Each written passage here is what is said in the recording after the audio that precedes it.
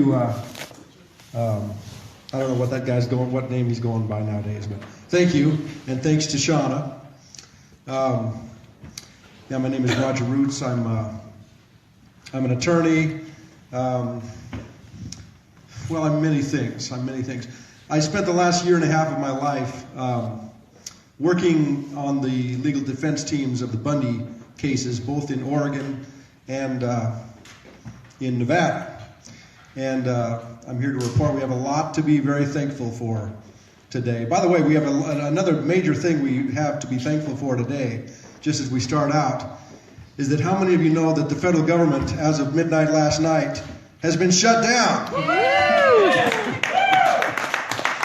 So we have a lot to be thankful for.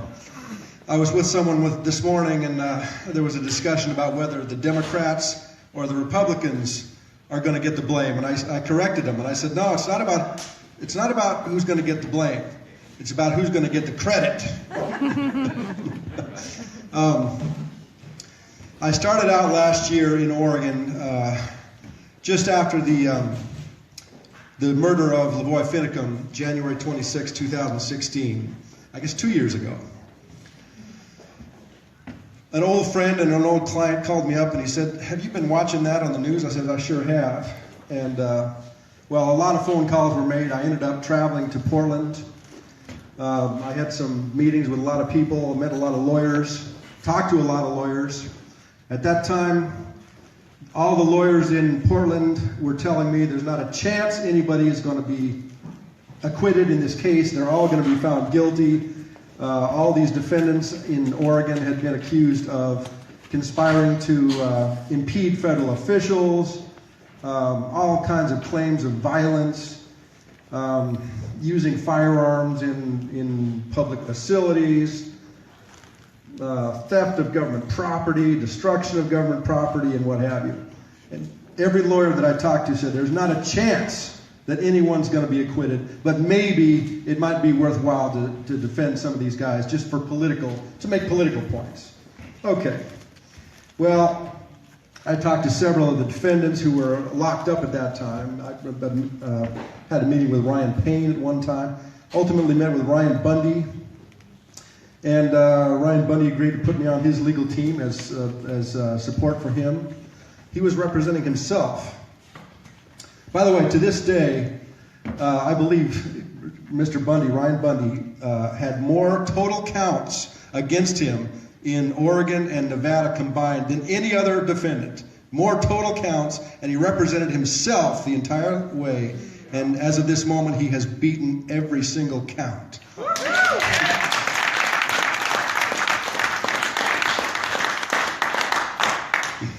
It became clear from the very first moment that I got involved in the case that the government was just lying. They were just lying about the basics.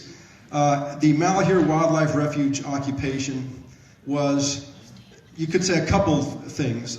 It was mostly a demonstration. It was a political demonstration and a protest. It started out as a protest of the government's treatment of the Hammond family, who had been imprisoned for arson on I guess, setting a backburn, which ultimately burned some of their own grazing allotments on public land, or what the government called public land. I guess you could say public land. The question is whether it's state or federal land. The government claimed it was federal land. In any case, I don't want to get deep into the Hammonds case. But the protest in January of 2016 was mostly a protest of the government's treatment of the Hammonds. And there was a group that decided to sort of occupy this area that had been known as the Malheur National Wildlife Refuge. By the way, this kind of thing happens all the time.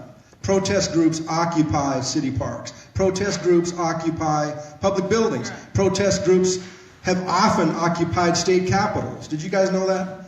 Look in history. It's happened all the time. The Black Panthers occupied the California State Capitol with semi-automatic weapons in the early 1970s. Happens all the time. Frequently, they're charged with, misdemeanors. If these guys had been leftists or pro-government or socialists, the government probably would have, responded, let's just say a fairly mild way, they probably would have been charged with some misdemeanors of some kind. These guys were charged with felonies, serious federal felonies. They were looking at years and years in federal prison. And of course, many of them, including Ryan Bundy, Ammon Bundy, Ryan Payne, a Montanan, by the way, several others were facing charges in the U.S. District of Nevada at the same time for the Bunkerville standoff from 2014. So some of these guys were looking at life in prison 2 years ago. Life in prison. As I said, it became obvious that the government was lying from the very first moment. I sat through the trial right next to Ryan Bundy. We had the first chair. We were right in front of the judge. Judge allowed me to be there in a paralegal capacity. I think that it was one of the biggest mistakes that the judge made, because I think I was a pretty powerful force there. And ultimately, Ryan Bundy had never, I don't think, Ryan, had you ever represented yourself in another case ever? No. He had never represented himself previously in any case. Here he is looking at life in prison, representing himself. And, he was, a little bit green at first. I want to just say, by the way, by the time he got to Nevada, the man was an expert. But anyway, we had a good team there. And I believe Ryan cross-examined more, had more cross-examination questions for the witnesses than any other team, with the possible exception of Ammon, I believe. Ryan was an incredible cross-examiner. And, I helped in any way I could. It became clear that the government was putting on a narrative that was fundamentally false.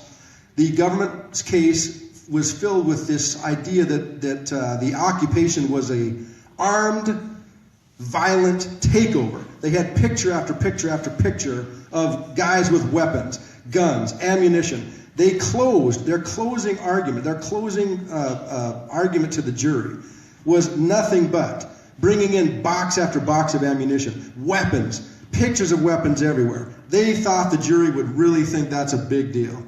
I think they misread the American people, frankly. I mean, they just absolutely misread the American people.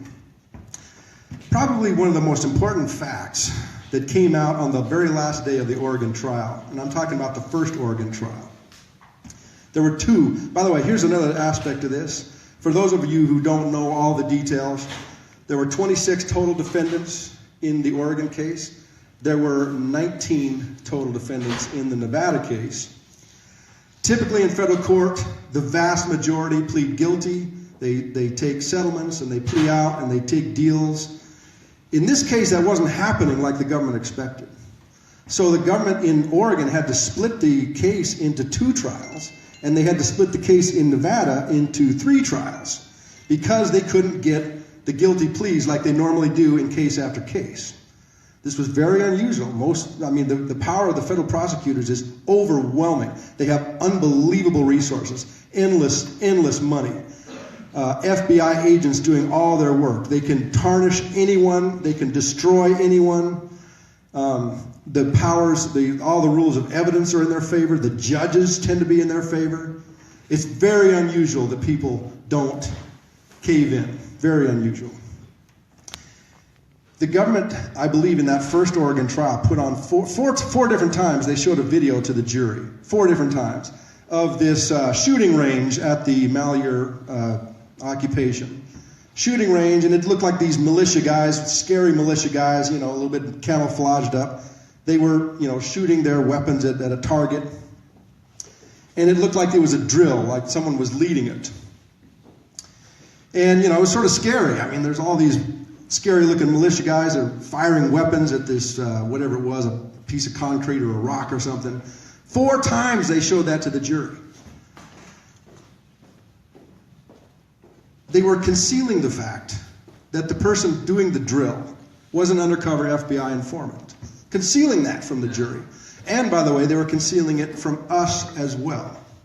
Now, some of you may know that in Nevada, just last week, 2 weeks ago, the Nevada case involving Ryan Bundy, Ammon Bundy, Cliven Bundy, and Ryan Payne was dismissed with prejudice last week, 2 weeks ago, because of Brady violations. Now, what is a Brady violation? It's a violation of a legal principle from a U.S. Supreme Court case called Brady v. Maryland. Supreme Court has held that if the prosecution has any evidence that is exculpatory, which means tending to show the innocence of the defense, they are required to give it to the defense. Okay? It's well-settled law. It's been on the books for years. The case in Nevada collapsed very recently because of so many Brady violations. There was so much exculpatory evidence that the prosecutors were just hiding and keeping, withholding from the defense, that the judge finally just dismissed the entire case. Well, by the way, it also happened in Oregon. They were concealing the fact, many facts, by the way, that the main one, in my opinion, was the fact that the guy at the Malheur Range who was leading the drills of the semi-automatic target practice and whatnot was an undercover FBI informant. The only reason we realized it is because we all realized, well, where is this guy? He should be one of the defendants, right? Shouldn't he be indicted? Who is this guy? And so they, people said, well, his name was John Kilman. That was his name, John Kilman. Huh, interesting. Well, a few people got together. Shauna Cox was one of them, with her standby counsel, and she had some conversations. Let's try to find this guy. Ultimately, some defense lawyers actually did a lot of work, and they went and someone had a cell phone number for this John Kilman. They tried to figure out where that number went. Ultimately, I think they found it went to a number for someone named Fabio Managgio. Fabio Managgio was the real name of the individual, and he had been special ops. He was an elite soldier, for Switzerland or something. A very elite soldier, and he actually worked for Las Vegas Metro Police and for one of the tribal police units in Arizona. So after all this work, he was subpoenaed up, and he was an angry man. I still remember the time that we went and met in the conference room and looked over at the guy, and he was not a happy camper, Mr. Kilman / Fabio Managgio. And he was not happy to be there. He didn't want to be there. But there was a lot of... Shauna Cox's standby counsel was named Tiffany Harris. And she wanted to put Kilman on, the Kilman / Managgio, and have him admit that, yes, he was an undercover FBI informant. But his lawyer said, well, he might take the fifth, and there was all kinds of back deal negotiations going on. And we kept getting threatened. Remember, we kept getting threatened. Oh, you don't want to put him on. He's going to say a lot of bad things. You don't want to put him on. You don't remember, they were bluffing. Finally, we agreed, no, we're going to put him on. So he was the last witness of that trial.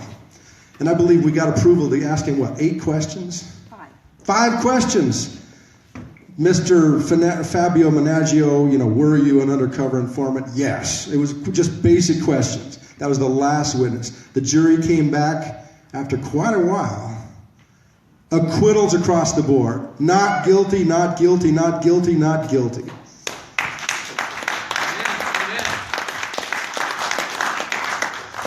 Now that's just one, the lie that I just told you is just one of the many lies. That whole entire town of Burns, Oregon was occupied. You want to talk about an occupation. It was occupied by a military federal government. Hundreds of agents occupied that town. It was about 40 miles away from... this is such a joke when you think about it. You would laugh at such a joke.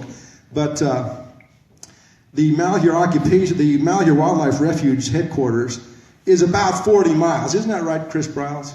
It's at least 30 as the crow flies. 30 miles away from the town of Burns, Oregon. And yet the town of Burns, Oregon was fortified with concertina wire on the roofs of every city building, on top of the school, snipers on the roof of the school, concrete barriers everywhere, tanks and jeeps and rigs rolling through the city, Apache helicopters at the airport, cops everywhere. There were hundreds of agents, some of whom were undercover, some of whom were open. Hundreds of agents literally took over a town in the United States of America. Why? Because some demonstrators were 30 miles away in a bird refuge.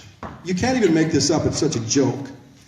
But anyways, they've been lying. The federal government has been lying its way through these cases. I believe I'm the only person who actually has seen all 4 trials. I believe I'm the only person who observed all 4 trials. The only one I missed, ironically, is the trial of Jake Ryan, who we're here to celebrate today.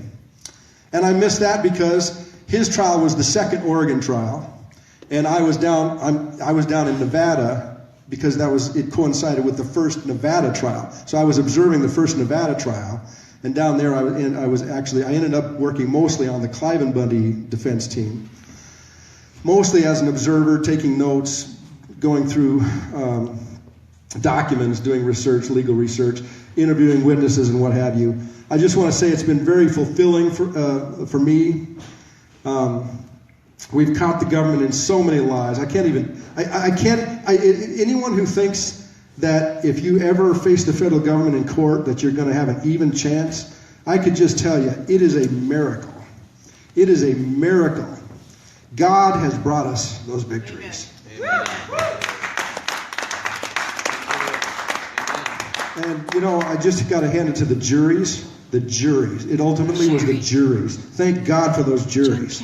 Because, frankly, they usually get juries that are stacked and are favorable to the government. I'm not going to say the juries were perfect in these cases. They did get some convictions, unfortunately, of people like Todd Engel, who's facing prison time, was convicted of 2 counts in the first Nevada trial. They did get a conviction of Jake Ryan, one of the finest Montanans you'll ever see, was convicted in the second Oregon trial of damaging federal property over $1,000 in value. Now, I just want to say what the basis of that conviction was. Digging a trench with an excavator and piling the dirt next to the trench. Convicted of damaging federal property over $1,000 of value. Now just imagine this. Any landscaper in the world would gladly backfill that trench for $200. All right? So he's absolutely innocent. He was convicted of a crime that he did not commit. And he faces sentencing next week on Tuesday. And we should all have a round of applause for Jake Ryan.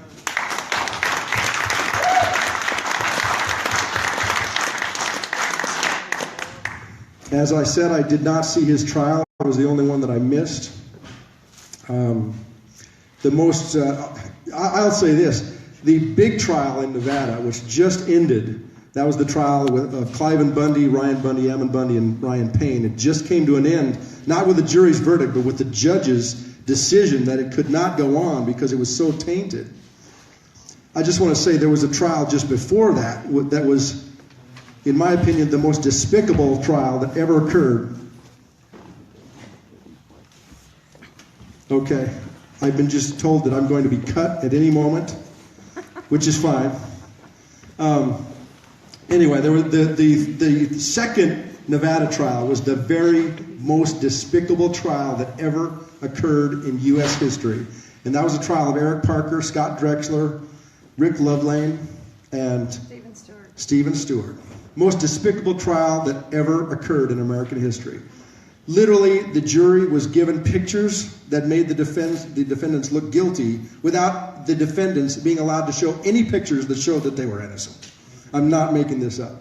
So, for example, the jury was given pictures of these guys on a bridge with weapons, and they weren't even allowed to explain why they were on the bridge with the weapons. And thank God, again, it was the jury.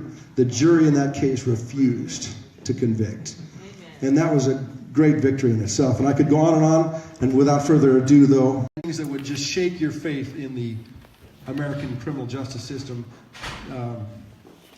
to its knees. Let's just put it that way. After the big acquittal in Oregon, and that was the end of October 2016. Remember, there were 19 guys down in Nevada in jail at that time. 19 guys in jail in Nevada.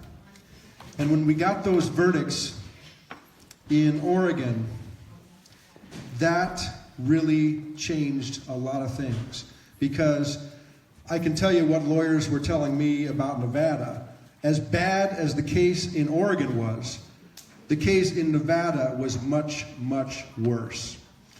The guys in Nevada were charged with a 16-count indictment, conspiracy to break federal law, conspiracy to impede federal officials, just as the Oregon group, using firearms in a crime of violence, conspiracy to impede federal officials, assaulting federal officers, threatening federal officers, extorting federal officers, using firearms in a crime of violence, assaulting federal officers, using firearms in a crime of violence, threatening federal officers, etc., etc., etc., crossing state lines to aid extortion, obstruction of justice, 16 counts. And by the way, those firearm counts, those using a firearm in a crime of violence, were enacted by Congress to require mandatory minimum sentences. Congress wrote those laws, so if you're convicted of one of those, using a firearm in a crime of violence, one count, you're looking at a mandatory minimum 5 years. If it is found by the jury that you, quote, brandished the firearm. Now, what does brandished mean? To me, it sounds a lot like the word bear, to bear arms in the Second Amendment. The government calls it brandishing. The Second Amendment calls it bearing arms. Brandishing, if you're convicted of brandishing a firearm in a federal crime of violence, mandatory minimum 7-year federal sentence on top of all other sentences in the case. If you're convicted of 2 or more of those, a second or a third or a fourth, the subsequent convictions for using a firearm in a crime of violence by brandishing, mandatory minimum 25 years to life in addition to all the other sentences in the case, and it has to be consecutive, not concurrent. Remember, the general rule in all sentencing is if you're convicted of multiple counts in the same case, the general rule in all sentencing is you will serve concurrent sentences. You will serve them all at once. So a guy can get convicted of 15 counts, each one in sentenced to 3 years on each one, and he'll only do 3 years. That's the general rule. In the Nevada indictment, it was stacked so bad that if any of those guys had been convicted of the full load, the full 16 counts, they would have served mandatory minimum life in prison. Greg Burleson, unfortunately, in the first trial, was convicted of 10 out of 12 counts. And he was acquitted by the jury of the conspiracy charges, but acquitted of everything else. So he ended up getting those 3 consecutive, using firearms in a crime of violence counts. He was sentenced to 68 years, and 58 of those years were mandatory minimum. The judge literally couldn't have even gone any below that because the way Congress wrote those statutes. So that's what they were facing in Nevada. When we got those acquittals in Oregon, it breathed some life into those guys. It gave them some hope. And the federal prosecutors were forced to split the case into 3 trials, not just one. I believe when they filed that, they anticipated that most of the defendants would plead guilty, and the core group, probably they thought, well, Cliven might not plead guilty. They probably thought, well, Ryan might not plead guilty, Ammon might not plead guilty, but pretty much everybody else will plead guilty. And they had it stacked so that the guys that I think they thought were the easiest to convict were going to be tried first. They thought, I think, this is I'm sort of reading into what I think the prosecutors were thinking. Now, they filed documents separating these 19 defendants into tier groups. Tier 1, Tier 2, and Tier 3. They called Tier 1 the leadership group, and the king of the leadership group was Cliven Bundy, followed by Ryan Bundy, Ammon Bundy, Ryan Payne, Pete Santilli was in the Tier 1 group. Who else was in Tier 1? I think that might be it. The so-called leadership. Then there was Tier 2, which was Mel Bundy, Dave Bundy, and another group of other individuals. Tier 3, they called the lowest level guys. But in fact, I believe the government thought they were the easiest to convict because they called them the gunmen, and they had them on solid photographs with guns in their hands at the scene in April 12, 2014. Lawyers told me that they thought that defendants such as Eric Parker and Scott Drexler probably had a hard time getting out from those charges against them. They were charged with assaulting federal officers, threatening federal officers, conspiracy, using firearms in a crime of violence, all those crimes. And the evidence against them was photographic, it was on video, pictures of them on the bridge on I-15, on April 12, 2014. We've all seen the famous pictures of Eric Parker laying prone with a rifle positioned between some New Jersey barriers, and the government, the BLM agents were down below and a little bit in the distance. They could make the claim, well, the rifle might have been pointed in their general direction. Of course, they tried to go further and say he was aiming right at them. Eric Parker, by the way, himself, whenever he has talked about it, he said that basically he could not, his rifle was unscoped. He probably couldn't have hit the broadside of a barn at the distance required. So I believe whenever he's been interviewed on the topic and asked, well, what did you think might happen? He has only said, listen, he could have only provided some suppression fire. If the government had opened fire on the American people down in that wash and started killing innocent women and children, he had hoped that maybe he could fire around and maybe get them to duck back into cover. He might have been able to save a few lives. That was all he could have done. But he was probably facing more certainty of conviction than anyone in the case because of the photographs. And so they put those guys, they called them Tier 3, and the official records indicated they were the lowest level guys, but I believe they put the Tier 3 group on trial first because they thought they were the easiest to convict. What happened in the first trial in Nevada beginning in February 2017, the government put on its case, and they really tried to limit the defense very greatly. In fact, they were accusing these guys of these conspiracy accusations, but at the same time, not allowing these guys to explain that there was no conspiracy. In other words, they were trying to limit, they would file these motions in limine, usually right before each trial, to limit the defense from pointing out certain things. The defense was not allowed to say, for example, that the government was killing cows. Couldn't even say it. The defense was not allowed to say that the BLM, the Bureau of Land Management, was overbearing or heavily armed or armored. They couldn't even say it. They were limited by the court's orders. They could not even put on a defense that included saying, hey, the BLM was heavily armed. And I saw it at trial myself. Every time someone mentioned that, the prosecutors would object, the judge would sustain their objection, and so the first trial was horrible in itself. Many of you know that the federal government had an undercover FBI operation called Operation Longbow. Operation Longbow, was that the name of it? Longbow Productions was the name of it. Longbow Productions. The FBI actually had an undercover documentary team that was going around calling people up saying, hey, we want to interview on film as part of our documentary showing how brazen and cool you guys were down at that standoff in 2014. They were going to call it America Reloaded. That was the name of the documentary that they were supposedly working on. And the whole thing was an undercover FBI operation.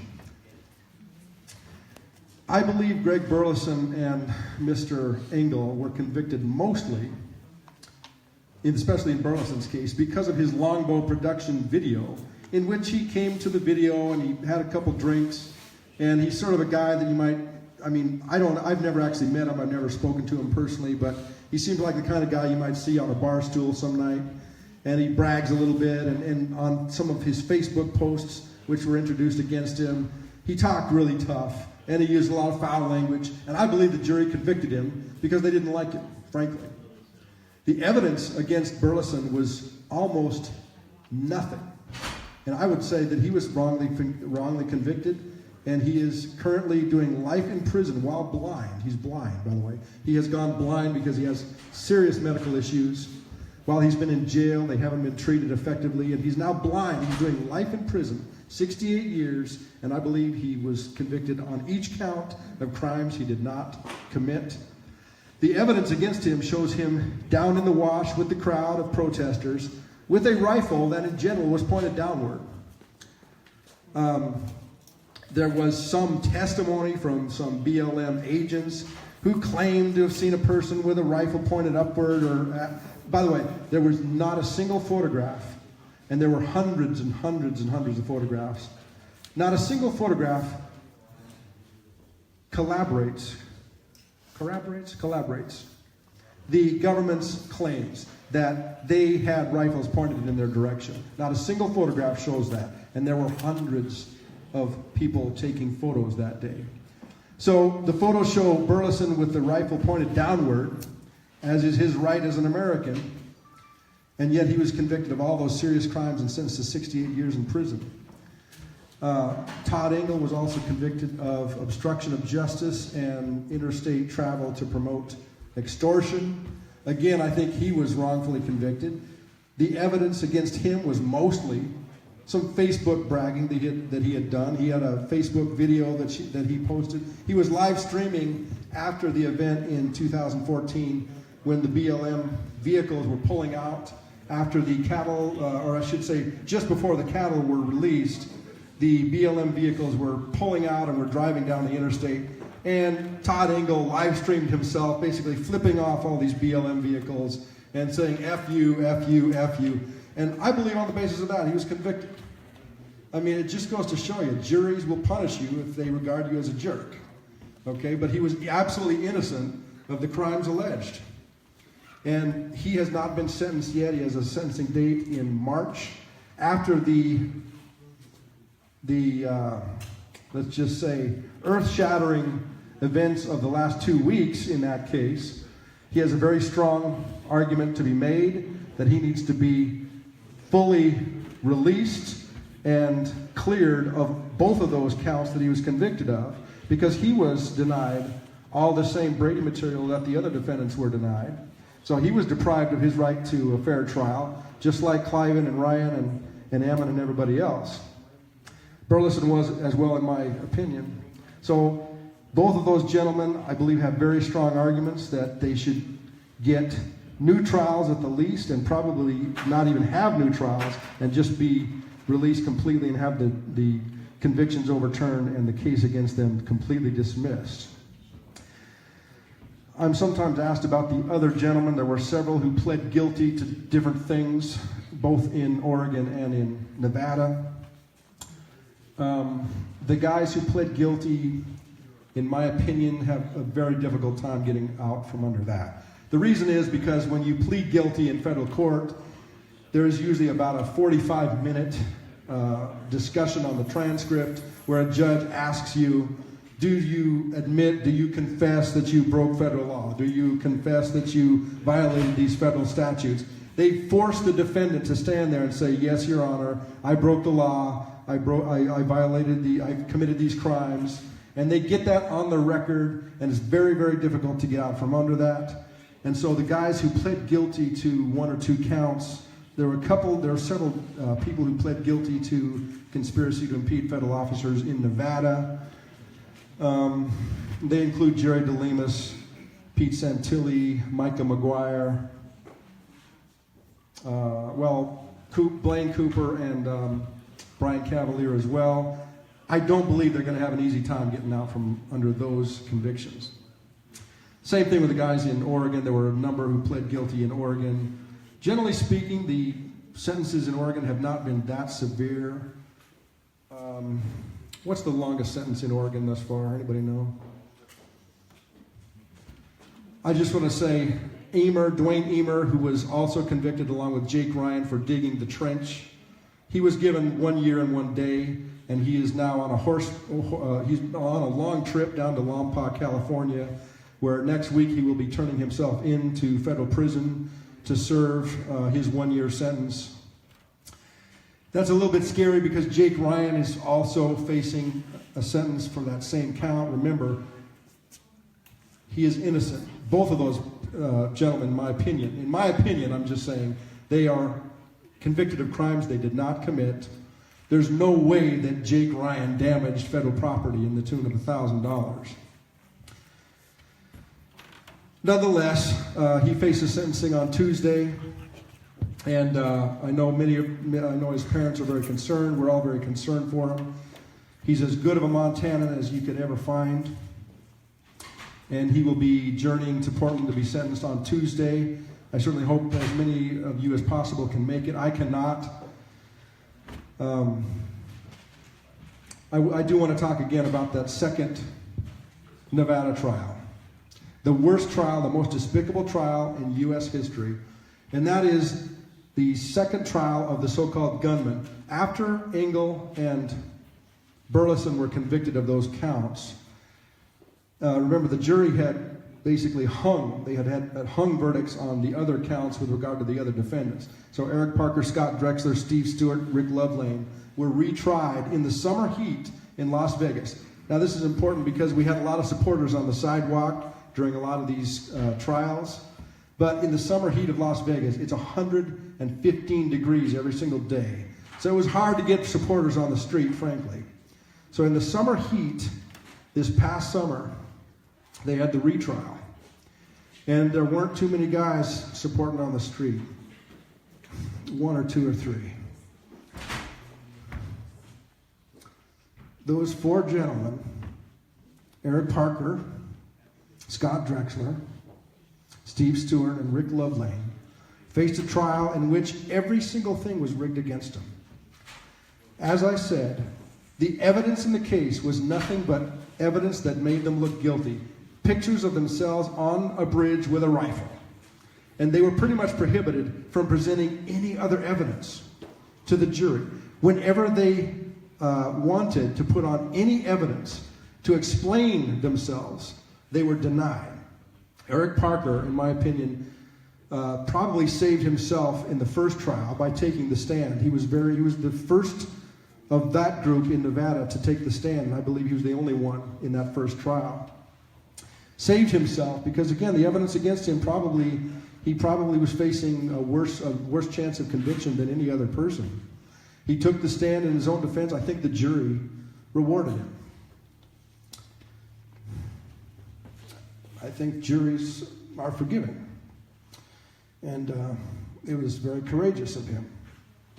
And so the jury, they acquitted him of a number of charges, but the jury also hung on a lot of charges. The second trial, Eric Parker also took the stand, and he lasted about an hour before he was ripped off the stand by the judge. And every single time he would try to explain why he was there in 2014, the prosecutors would object and say, well, he's violating the court orders. He's explaining to the jury things that we've already ruled that he can't tell the jury. He can't tell the jury that the BLM agents were heavily armed. He can't tell the jury that he was under a lot of stress. He can only tell the jury, yeah, I was there, I had a gun in my hand, please acquit me. They were literally limited to that kind of defense. At one point, his court-appointed lawyer named Jesse Marchese asked him the question, which direction were you looking in, Mr. Parker? He said, up and to the right. Objection! The prosecutor stood up, objected, saying, and then they had a sidebar conference. By that I mean all the lawyers went behind this sidebar screen, sort of like that apparatus over there, so that no one in the audience could see what was going on or hear, and no one on the jury could see or hear what was going on. But they were having arguments with the stenographer, the court reporter, taking down the arguments. Later on, of course, we were able to see the transcript of what was said behind the screen. In any case, the prosecutor said that when Parker said he looked up and to the right, he might have been trying to get the jury to think about the snipers, the BLM snipers that were up on the mesa up above. And that was prohibited. Wasn't supposed to let the jury know there were BLM snipers on the mesa. The real reason he said up and to the right is to rebut the false evidence that had been put on against him by the prosecutors, who falsely claimed that he was looking down and to the left, and falsely claimed that he was pointing a rifle at a BLM agent down and to the left. So when he said, I looked up and to the right, to explain how he was innocent, he was torn off the stand and not allowed to even tell the jury that he was innocent. It really happened. It really happened. I can tell you that the community came together after that episode in that courtroom. The supporters all met on the sidewalk, and they had a national call out to anybody to get down there and watch what was going on. The following Monday morning, there were hundreds of Americans. who responded. At the end of that trial, folks, by the way, the trial ended probably, Monday or Tuesday of that. This was after hundreds of people. So the jurors knew one thing. They knew that there was a lot of support. They could look out into the audience and see the support. At the end of that trial, the defense lawyers stood up one by one and said, Your Honor, we're not going to put on closing arguments. Not going to put on closing arguments. By the way, for those of you who know anything about the legal system, it's not unheard of for lawyers to stand up and say, Your Honor, we're not going to put on a defense. We don't believe the government has met its burden of proof. That's not uncommon. It happens occasionally. Lawyers say, we're not going to put on a defense. We're not going to put on any witnesses. The government has simply failed we believe the government has failed to meet its burden of proof.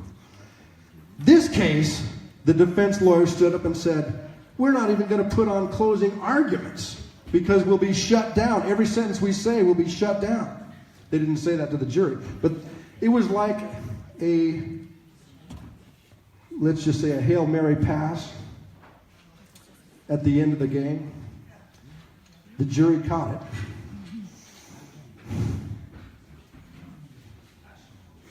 it. It was a cry for help. And the jury heard it. And the jury came in with not guilty verdicts for completely. They completely acquitted Steve Stewart and Ricky Lovelane. Completely acquitted of all counts. And they acquitted Parker and Drexler of most counts, but they hung on a small number of counts, I believe 4 counts for Parker, 2 counts for Drexler. Ultimately, those 2 gentlemen took misdemeanor plea agreements. I told them I myself would have taken the same deal. They got out of there with misdemeanor convictions. And it's a miracle that they did so. I just want to say that we set a lot of precedents. We made a lot of history in this case. And I think we taught the government a lesson. And I think the government isn't going to proceed the same way in the future, let's hope. Yeah. And with that, I'd like to give the microphone over to whoever wants to hear it, whoever wants to receive it.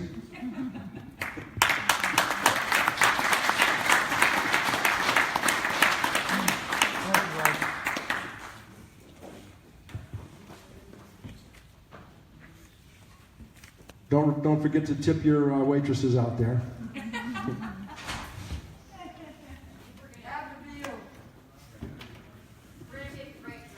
We're going to take a short break.